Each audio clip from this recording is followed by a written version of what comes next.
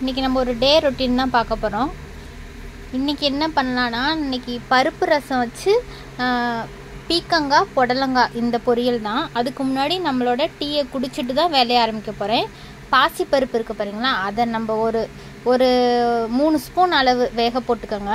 அதோட 2 தக்காளி அதையும் வேக போட்டுட்டு, ரசத்துக்கு தேவையான சீரகம், மிளகு, பூண்டு இதெல்லாம் தட்டி எடுத்து வச்சிட்டோம்னாவே இந்த ரசம் சீக்கிரம் முடிஞ்சிடும்.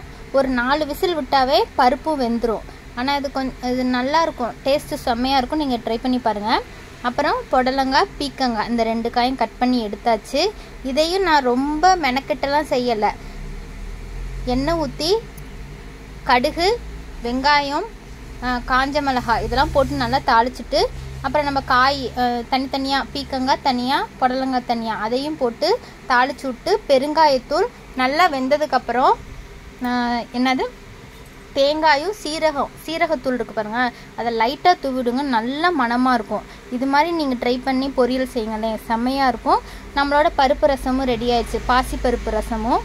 இது மாதிரி நீங்களும் வச்சு பாருங்கள். மறக்காமல் நம்மளுக்கு ஒரு லைக் பண்ணி சப்ஸ்கிரைப் பண்ணுங்கள் ஃப்ரெண்ட்ஸ்.